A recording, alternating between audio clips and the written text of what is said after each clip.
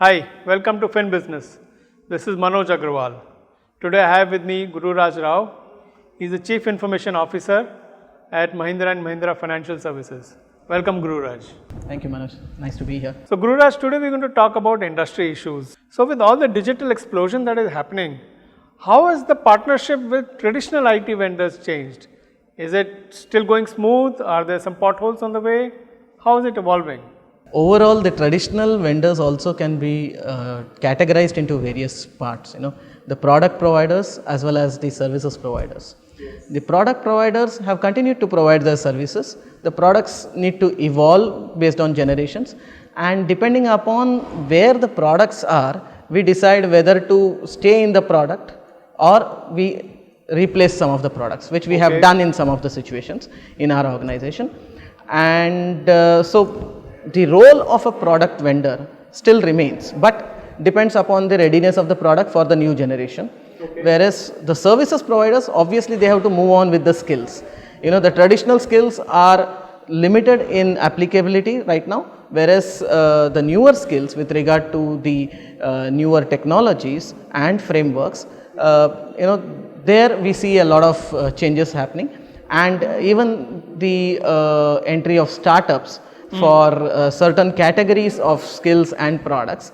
We have been working with them as well. So it's a mixed bag, and it is also a very volatile time with regard to vendor management, because established players or new players, you never know how long the journey will be, what will be their future plans, how would the product pan out.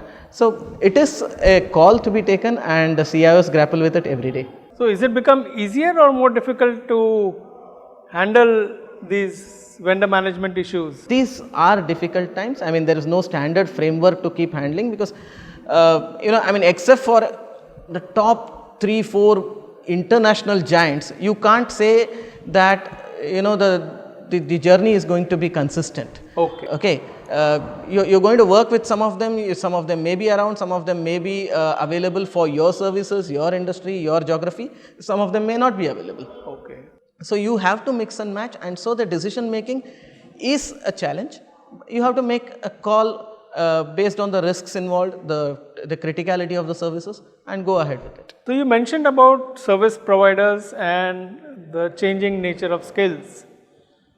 So for your own recruitment, is it getting easier or more difficult to find the kind of skills that are required in today's environment? It is difficult. But it's not impossible. First and foremost, you need to see what are the challenges that you provide to the people that you are recruiting. And for that you need a challenging and an interesting business environment. You need to have the business goals and the ability to invest in technology. Once you have the combination of two, then you are able to provide a fertile ground for these skilled people to come and deliver. So that's what is, I think the challenge for any CIO, to ensure that there is enough funding for the projects, to ensure that the business cases are made very well, and then give it to these skilled professionals to come in and deliver. Also, there is competition from a lot of NBFCs coming into the market. Even new banks, about a dozen new banks have come in. Is that affecting the skills availability? Well, we have not seen that to that extent in our organization, but certainly there is heavy demand. People, there are large number of organizations, large number of recruiting organizations with goals, ambitions, and they would want to recruit the right talent. So there will be always competition. And frankly speaking, technology talent is generic in the sense that people who, it's not just restricted to the financial services industry. That's true. If you are an AI professional, you are in demand anywhere. You are a BI professional, again, you are in demand anywhere. Another technology that has been around for a while and that's now maturing is this cloud technology and cloud services. Do you see any recent developments happening? And BFSI has been a bit reluctant to adopt the cloud due to concerns about security and data privacy.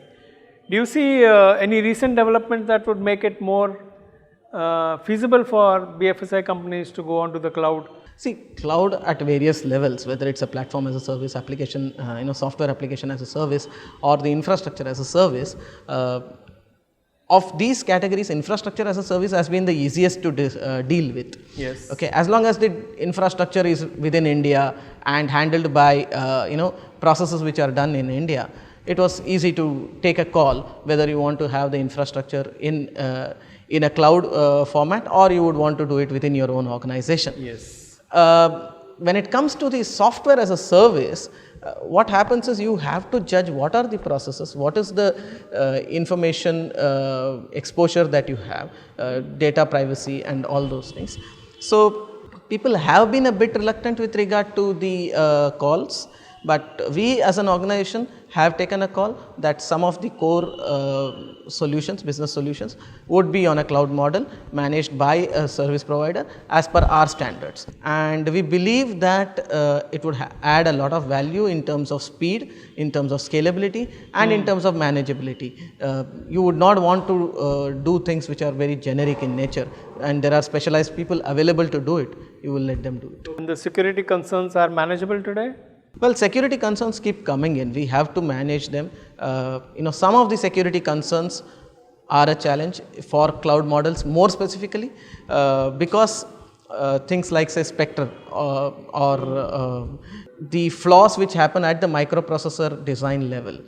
Those are a generic thing and will affect more on the cloud model, because you don't know what are the other processes running on the same microprocessor, and hence you would face a risk. And that kind of a risk, we would have to find mitigations. We would have to work with the principles, the product principles, and come up with solutions. But other than that, I believe if the security processes are maintained, if there is a proper discipline with regard to IT service management, cloud does not add risks than what would be on premise. Talking of risks and security, one of the recent cases problems was that at Cosmos Bank, where around 94 crore rupees was stolen in a couple of incidents. Any lessons for the industry to take from that, apart from the usual, be more cautious, be more proactive? Well, one of the first things to always notice is that what is the business process which is going to use the technology. One of the learnings in this case, for example, is to have a complete end-to-end control over the process. Whether it is a automated process, semi-automated process, or a pure manual process, there have to be controls. If you do not know what's happening in one segment and then move on to the other segment without adequate controls, then automatically you leave loopholes for people to exploit. Right. That's one. The second part is that how are you protecting your entire data from external attacks? What is the defense in depth strategy that you are following with regard to cyber security? The third measure is what is the control that you have on the people who are handling it. It's always maintained in terms of threats that the biggest threat is from the people who are handling it, the insider threat. So all these, if we take care of, then I think the risks are minimized. But there's no foolproof organization. Yeah. There is no security measure which is foolproof. There will always be somebody who is smarter, who is more determined than you to crack something. But it's a shifting goalpost. We have to keep moving with it. Let's come now to the last question, which is on the hottest technology that is talked about today, which is blockchain. And of course, Bitcoin and cryptocurrency are the visible parts of it. And these are highly urban environments, in the sense sophisticated environments. Mahindra Mahindra Financial Services operates at the other end of the spectrum, in the rural markets. Do you see blockchain making an impact there? Are there use cases? Incidentally, we may be the first NBFC to go live on blockchain. Of course, we have not done that in an extremely rural situation. We have done it more for our SME business. And the pilot was completed last year, and we hope to go into production in the next few days. Oh, so okay. It's in the last phases of testing. So blockchain as a concept, it's very promising. It is very different from what happens with our traditional business technology model.